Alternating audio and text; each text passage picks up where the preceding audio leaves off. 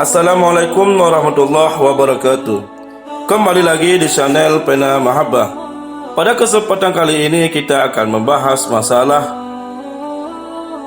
inilah pertarungan malaikat maut melawan iblis ketika akan dicabut nyawanya. Semua makhluk yang bernyawa akan mati, tak terkecuali iblis. Dan pertarungan antara malaikat maut atau Israel dengan iblis menjadi salah satu pertarungan terdahsyat yang pernah ada. Dukungkanlah dakwah kami ini dengan cara like, komen, dan berlangganan, serta bagikanlah dakwah kami ini agar bermanfaat bagi yang lainnya. Semoga Allah membalaskan kebaikan Anda. Iblis sangat ketakutan dicabut nyawanya hingga lari terbirit-birit menghadapi keperkasaan sang malaikat maut. Kemanapun iblis sembunyi, malaikat maut akan menemukannya. Iblis sebelumnya adalah jin bernama Azazil. Ia sangat taat kepada Allah Subhanahu wa Ta'ala, sehingga Allah mengangkatnya untuk tinggal bersama para malaikat di dalam surganya Allah. Iblis begitu tunduk dan sangat memuliakan Allah. Namun, di ketika Nabi Adam diciptakan dan semua makhluk diperintahkan untuk bersujud kepadanya, namun iblis menolak. Iblis merasa dirinya lebih mulia daripada Nabi Adam alaihissalam karena dia diciptakan dari api, sedangkan Nabi Adam dari tanah. Karena kesombongannya itu, iblis diusir dari surga dan meminta kepada Allah Subhanahu wa Ta'ala untuk ditundakan kematiannya. Iblis berkata, "Ya Tuhanku, berilah aku waktu sampai hari mereka manusia dibangkitkan. Sesungguhnya kamu termasuk orang-orang yang diberi waktu sampai batas waktu yang telah ditentukan." Quran Surat Al-Hajj. Kapankah waktu yang dimaksud dalam Al-Quran tersebut?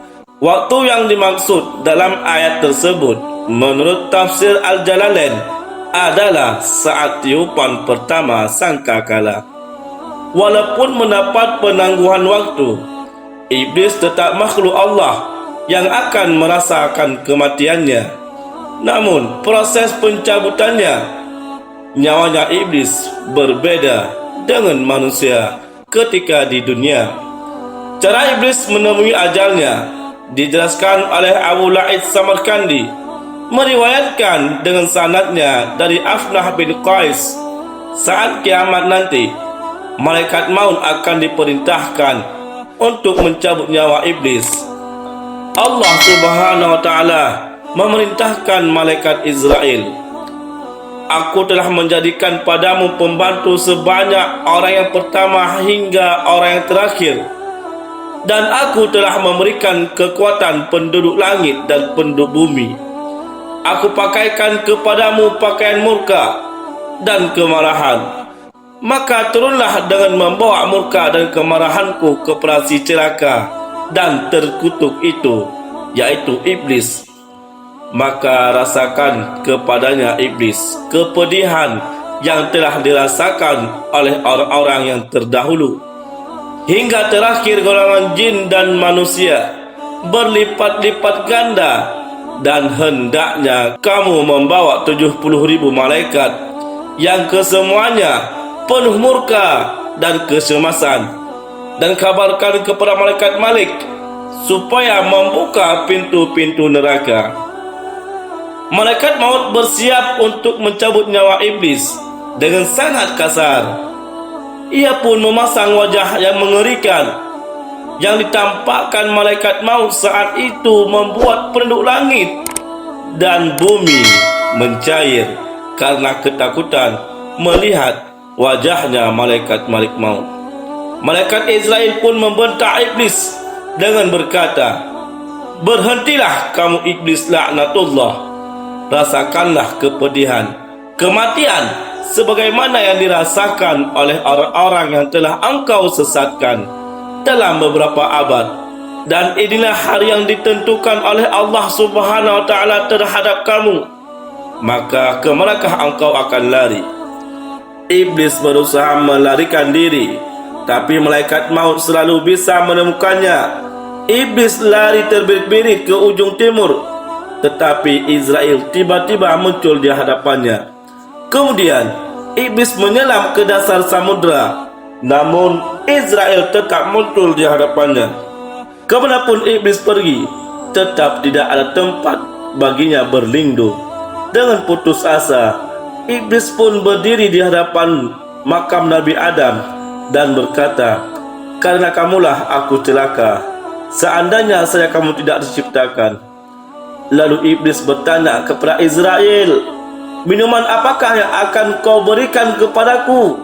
Dan siksa apakah yang akan kau timpakan padaku?" Kemudian Israel menjawab, "Kamu akan diberikan minuman dari neraka. Siksa yang kamu terima serupa dengan siksa ahli-ahli neraka, tapi berlipat gandalah siksa neraka bagimu, wahai iblis." Mendengar hal itu, iblis jatuh terguling-guling. Ia menjerit-jerit sekuat-kuatnya, dan makhluk terkutuk itu kemudian berlari lagi.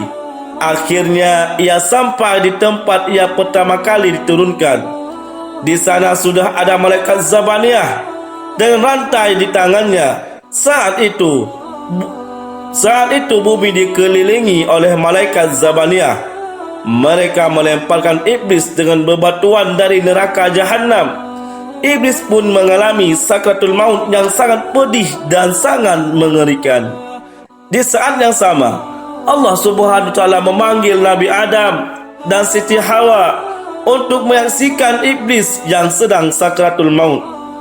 Nabi Adam kemudian berdoa, "Ya Allah, sesungguhnya Engkau telah menyempurnakan malaikat-malaikatmu kepada kami." Itulah akhir hidup iblis yang begitu pedih. Setelah kematiannya pun, iblis masih akan merasakan dahsyatnya siksa neraka jahanam berlipat-lipat ganda kepedihannya. Maka janganlah kita mengikuti langkah iblis. Marilah kita mendahulukan akal kita daripada hawa nafsu, supaya kita termasuk orang-orang yang terlindung daripada godaan syaitan yang tersekutuk. Semoga kita termasuk orang-orang yang berlindung dengan Allah daripada godaan syaitan yang terkutuk. Semoga kita selamat di dunia dan di akhirat. Maka janganlah mengikuti langkah iblis bersama pasukan syaitan dan jin kafir lainnya. Teguhkanlah iman kita di atas kekuatan Allah Subhanahu wa taala. Wallahu a'lam bishawab. Wassalamualaikum warahmatullahi wabarakatuh.